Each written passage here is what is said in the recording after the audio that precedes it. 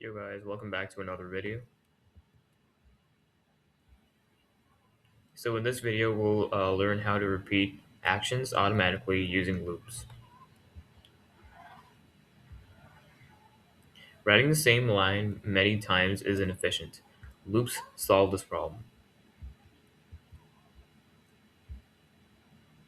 A loop repeats a task multiple times.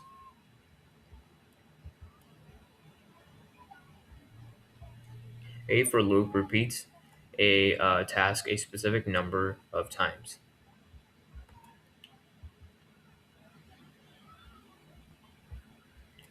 The loop counter changes each time, allowing dynamic input and output.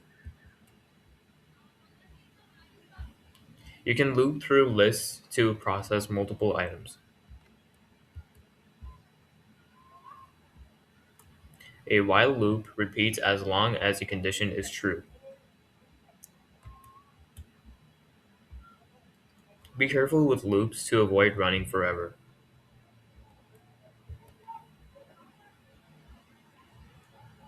This example shows how loops handle repeated input.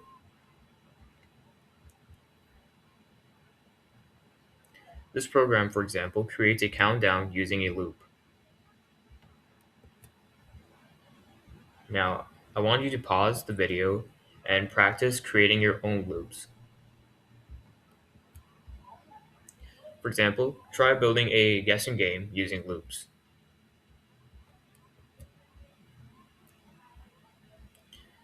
So in conclusion, loops make programs powerful and efficient. Next, we'll learn